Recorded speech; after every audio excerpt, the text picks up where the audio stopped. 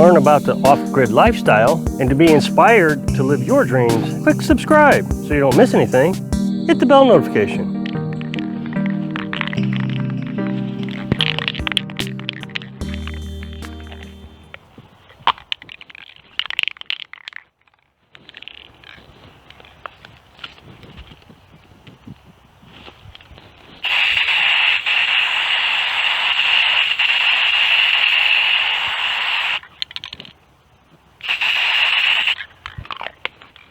Oh, yeah. So today I thought I'd show you how to paint a huge mural painting in the forest area, in your woods. When you stand back over there, you'll end up seeing a huge forest of wildlife, like squirrels playing and deer, and you'll just be using the trees. Of course, you got to map it out. No, I'm just kidding. Actually, I got a lot of harder tasks to do than that, believe it or not. I'm trying to preserve the wooded area of our property as much as I can. It's just so beautiful down here, and I just can't get enough of it. I love it down here. But on the other hand, we live off grid, and as a result of that, I have to find a method to heat our house. I've done a lot of research on how much wood I'm going to need each year to heat a 200 square foot house. And it's not a lot. It's less than 1 cord of wood. Now, it's my understanding that if you cut down a 14-inch tree, it takes 3 trees to make a cord of wood. Now, I've done the math. Let's just say that there are 60 to 100 trees here. Let's just say there's 60 trees here. And if I only take 3 trees a year, which is a cord of wood, that will take 20 years, if my math is correct. YouTube math never works. It'll take 20 years. That puts me up to 69 years old, 70 years old. That's reasonable. That's something that I can actually get my head around. Now, the thing is new trees will grow as we go along. So this tree here that we see as a sapling may be full grown in 20 years. And so that's my goal, is to kind of thin the herd a little bit so new trees can grow, and by the time I need them, they'll be ready to go. And that way I'm not just doing a total deforestation, because it's just too pretty, and it's such a hard decision. Now, my biggest problem is I am not good with the chainsaw or cutting trees down. I know this. This tree, for example, here, I'm sure you can see it leans way in. But if you look right behind it, is another huge tree. So logic dictates, cut that tree down, cut this tree down, but they're all going to get hung up. So I got to do this mathematically. I think it's almost like geometry or dominoes.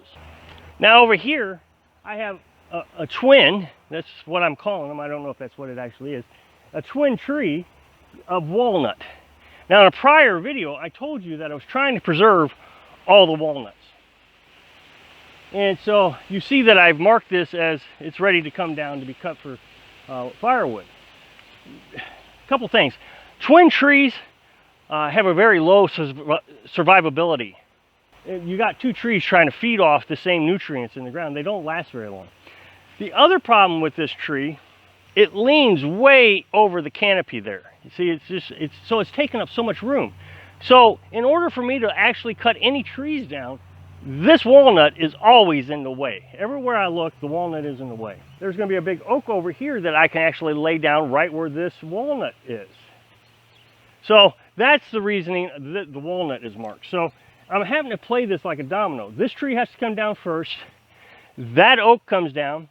Then I have a third smaller tree that is going to come down because it's in the way. And then I have that 4th tree. Now, I said I'm going to do 3 trees a year, but I also said 3 14-inch trees. The tree you just saw me paint isn't 14 inches. It may be 10 inches, maybe. So I got 2 10-inch trees, which is going to be a 20-inch tree, together, combined. I'm going to wait until fall time or even winter time to cut these trees down. I'm going to make sure all the leaves off of it, and that we've had a really good hard freeze, or at least a good frost. Because they say that, and it makes sense, that in the wintertime, there is less water in the tree. Because in the winter, the trees remove the water, I assume, So when it freezes, the water doesn't expand and bust the tree open. So it gets rid of its own water. That means you don't have to require it to dry quite as long to cure. We already have 4 cords of wood that is deadfall. Primarily all of it is deadfall. And we still have quite a bit of deadfall that we're going to get. So we're really going to collect all the firewood that we can this winter, and then just start focusing each year on the 3 living trees. Now the other thing is my neighbor here has 5 acres. And he has a ton of deadfall. As a matter of fact, I didn't see this before, but he has a ton of deadfall that he said I could have. So right here across the fence is another piece of deadfall that I can get. Actually, there's 2 pieces. If I can just keep working very steadily on the firewood, I hope to have a future where I don't have to work quite as hard for firewood. Because a lot of people ask me, what are you going to do when you're old?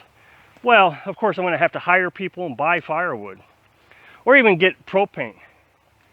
But again, if I can get, 4 cords a year, every year I'll only use 1 cord, by the time I get to 70 years old, 68 years old, maybe I don't even have to worry about it. That's kind of the goal. One of the things that I've recently learned, newer wood stoves use a lot less firewood. There's actually a lot of EPA requirements on wood stoves now.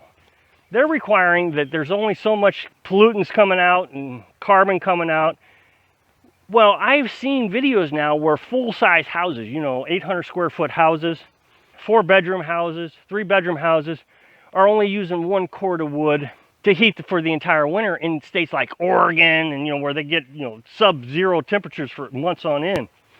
I'm considering that when we get the tiny house built, because we're building a tiny house, that we'll actually get one of these stoves. Right now I have an old 1960 something Franklin wood stove. What I have done is I've tried to modernize it quite a bit. I put wood stove cement around all the cracks and crevices and the vents and everything to seal it up so it doesn't burn the firewood quite as fast. In the future, when we build a tiny house, we'll get one of these new modern wood stoves and we'll build a building around it, an actual building. And then we're going to super insulate it. If the requirements for insulation is like an R14, we'll get an R28. We'll insulate the roof of this building clear from the ceiling all the way up to the roof. This way, it won't let any heat out. And then we'll build an outdoor wood furnace. We'll do a heat exchanger, the whole deal. And we will use a lot less wood, apparently. So, if 800 square foot houses, 1,000 foot square houses are using a cord of wood, maybe we'll just use a fraction of that, maybe half or a quarter of a cord. Man, that would be fantastic. That way I can do all my wood cutting work now when I'm still pretty young, and I can bust up my toe. Remember, I just broke my toe. Now, instead of when I'm old and I can't do it anymore. I think this is a hickory. Now you need to, if you're going to do firewood, you need to get on Google and you look up BTUs per cord of wood. And it'll tell you how many millions of BTUs you can use for each type of wood. Hickory, I think, is the 2nd best type of wood. Then you got hickory. I think oak is like 4th. So oak's not even the best. But here I think we have a hickory that is falling over. You can see it's starting to lean. Well, the reason it's leaning is its root structure has come out of the ground. Right there, that's its root. So one good windstorm is going to knock that one out of the ground. I'm hoping that's what happens, so I don't actually have to cut this beautiful, majestic tree down. It's like, I guess, having a pet for a farm animal. Eventually, you're going to have to eat the pet. Well, the same thing here. I would rather it die on its own than have to cut it down.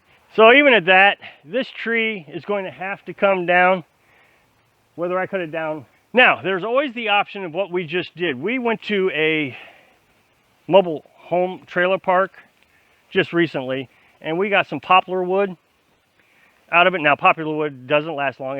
Its BTU is about half of that of oak. Let's just assume it saves us a half a cord of oak wood. That's fantastic. If we're talking about only using a half a cord of oak wood per year, as it is with a new wood stove furnace, poplar wood would be great. However, like I said, my neighbor has tons of deadfall. This neighbor over here has a huge oak tree. I mean, massive. It's probably 24 inches in diameter that is dying. It's still got leaves on it, but they've just turned brown. I've been watching it all summer long, and it just keeps getting worse shape, worse shape. So I'm going to ask him if he wants to keep that tree or if I can have it. And if I can have it, see, these are the things that I'm trying to work ahead on. And if I can have 50 cords of wood in the next couple of years, then again, I don't have to work quite as hard when I'm old and have to deal with it then. So I'm trying to think ahead. I'll build myself a shed or tarps or whatever I need, so I can store it without it rotting away over the next, few years. And then, I don't have to worry about my old age. It'll be fantastic, especially if I'm only using half a cord. If you think about it and plan it out correctly, it's not that bad. Thanks for watching.